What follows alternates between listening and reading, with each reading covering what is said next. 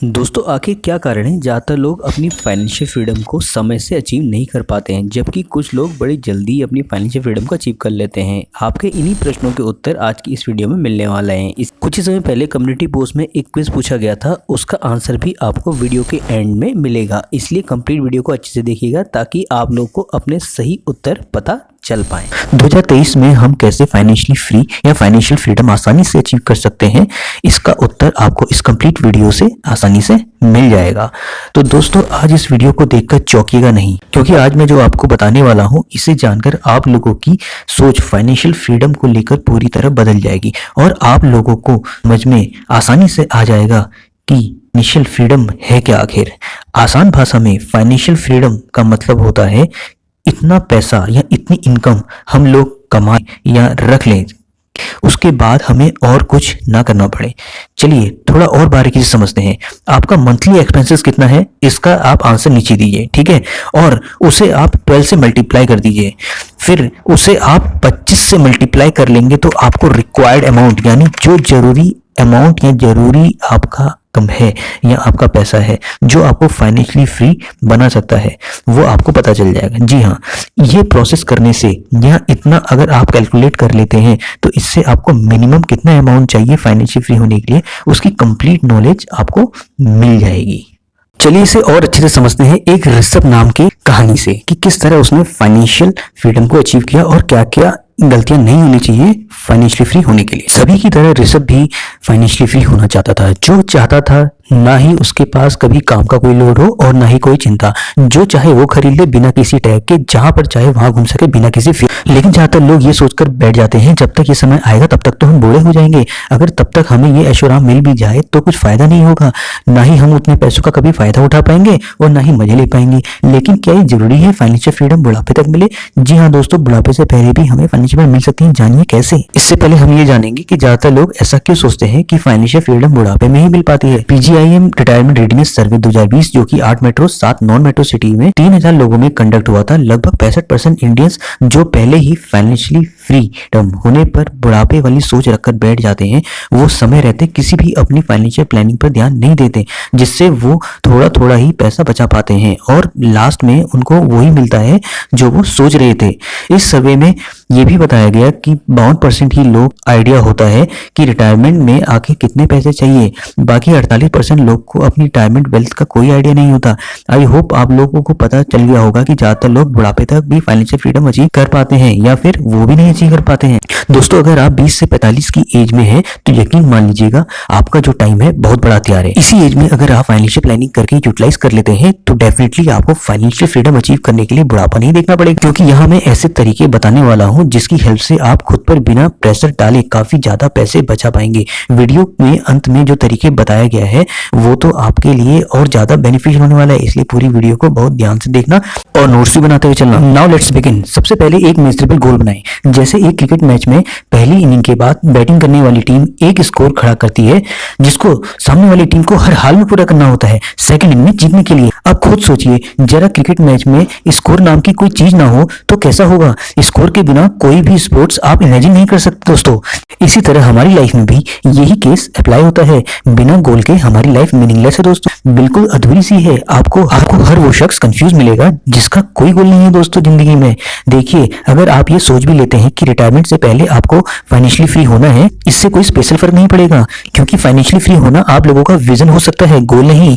क्योंकि आपका गोल तब डिसाइड होगा जब आपको ये पता होगा कि किस एज में या किस एज तक आपको कितने पैसे में पहुंचना है या कितनी अर्निंग करनी है। फॉर एग्जाम्पल ऋषभ की एज अभी 23 साल की है और वो अभी 20,000 पर मंथ कमाता है, और अगर वो ये गोल सेट कर लेता है 25 साल के होने तक वो अपना स्किल डेवलपमेंट इस हद तक कर लेगा कि उसकी जो मंथली इनकम है 20,000 नहीं बल्कि 50,000 हो जाएगी, तो फिर उसको अपने लिए एक बहुत बड़ा रीजन मिल जाएगा कि आखिर क्यों उसे अपनी स्किल को बढ़ाते रहना चाहिए।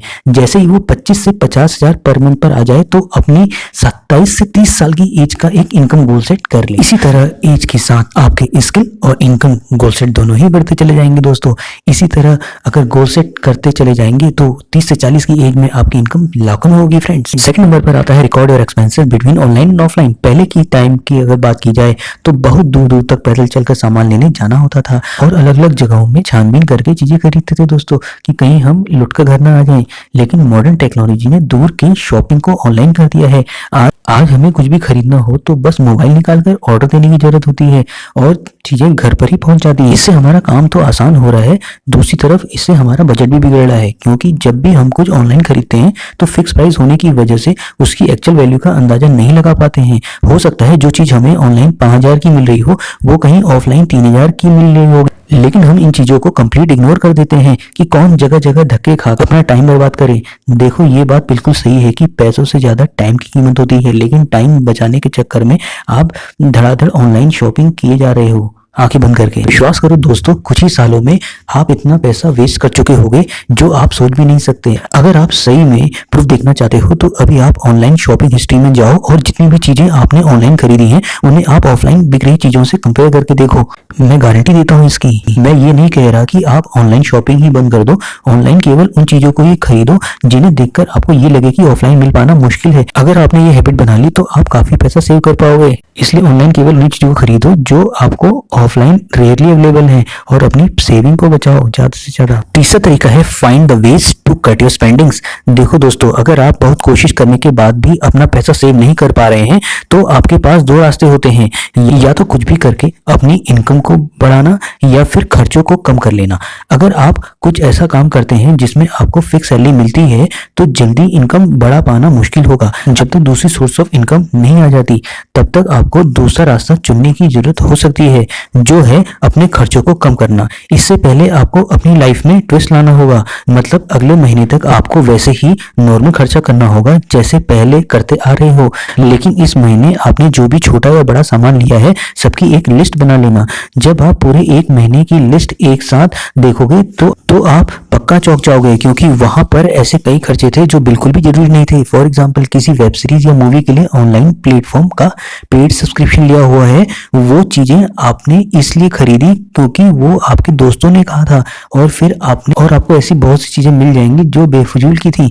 सिर्फ एक महीने में ही दोस्तों आपको बजट की इंपॉर्टेंस समझ आ जाएगी। और जब भी बात बजट बनाने की आती है तो हमें शुरुआत कैसे करनी है वही बिल्कुल समझ नहीं आता। कैसे घर के खर्चों को फिक्स करना है कि हमें ज्यादा दिक्कत ना हो फ्यूचर में। इस परेशानी को दूर करने के लिए मैं एक गोल्डन रूल देता हूँ जो है 70, 20 और 10। जी हाँ, इस रूल के अकॉर्डिंग अपनी 70% इनकम तो आपको रेंट देने में लगानी है, बिल देने में और डेली के खाने पीने वाले खर्चों में लगानी है। इसके बाद जो 30% इनकम बचती है उसका 15 से 20% सेविंग में लगाना है और बाकी के 10% से अपनी इच्छाएं पूरी करनी है। अगर आपके डेली खर्चे कम हैं और लेकिन कर्जे बहुत ज्यादा हैं तो आप 50, 30 और 20 का भी रूल लगा सकते हैं। इसे आप ऊपर नीचे जरूरतों के अनुसार कर सकते हैं। बाकी इसके अलावा आपको एक बहुत इंपॉर्टेंट चीज यहाँ पर बताना चाहूंगा, जब भी आपको बहुत महंगी चीज खरीदने का मन करे तो उस चीज को खरीदने से पहले आप केवल 15 दिनों तक वेट कर लीजिए। अगर 15 दिन वेट करने के बाद भी वो चीज जरूरी लगे खरीदना तो ही खरीदना, क्योंकि 15 दिनों तक वेट करने तक आपको पता चल जाएगा कि वाकई में वो चीज जरूरी है भी या नहीं।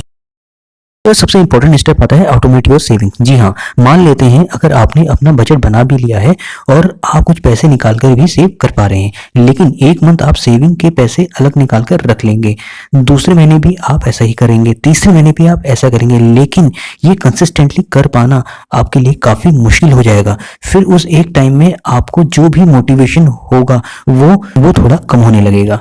उस समय आपके माइंड में आएगा इतने खर्चे के बाद भी सेविंग कर पाना मेरे बस की बात नहीं। इसलिए आपको लॉन्ग टर्म तक बिना किसी दिक्कत के अपनी सेविंग को कंटिन्यू करना है तो आपको इन सेविंग को ऑटोमेट करना होगा। मतलब एक ऐसा रास्ता निकालना होगा कि आपका पैसा सेव तो होता रहे लेकिन आपकी नजरों में ना आए। जैसे आपकी इनकम अगर बैंक अकाउंट में आए तो ऑटोमेटिकली उसका 10 से 20% डिडक्ट होकर कहीं और सेव हो जाए या फिर इन्वेस्ट हो जाए, जो भी हो आपकी मर्जी से हो। ये चीज स्टार्टिंग में थोड़ी अजीब सी जरूर लगेगी, एक बार इसकी आदत पड़ जाने के बाद आपके पास जितने भी पैसे पैसे होंगे आप उन्हीं से अपना बजट बना लेंगे। हाँ तो दोस्तों, ये कुछ जरूरी जानकारी थी फाइनेंशियल प्लानिंग के बारे में। इससे आप फाइनेंशियल फ्री बुढ़ापे में नहीं बल्कि जल्दी ही हो जाएंगे। बुढ़ापे तक आपको इंतजार करने की जरूरत नहीं पड़ेगी। चलिए एक रिवीजन मार लेते हैं दोस्तों, जिससे दिमाग में ये चारों तरीके अच्छे से बैठ जाएं। सबसे पहला तरीका, अपना फाइनेंशियल गोल सेट करो। बिना मैप लिए निकलोगे तो भटक जाओगे दोस्तों। समय के अनुसार स्किल अपडेट किया करो। दूसरा तरीका, ऑनलाइन ऑफलाइन में अंतर समझो। ऑनलाइन तभी परचेस करो जब ऑफलाइन मिलना मुश्किल हो।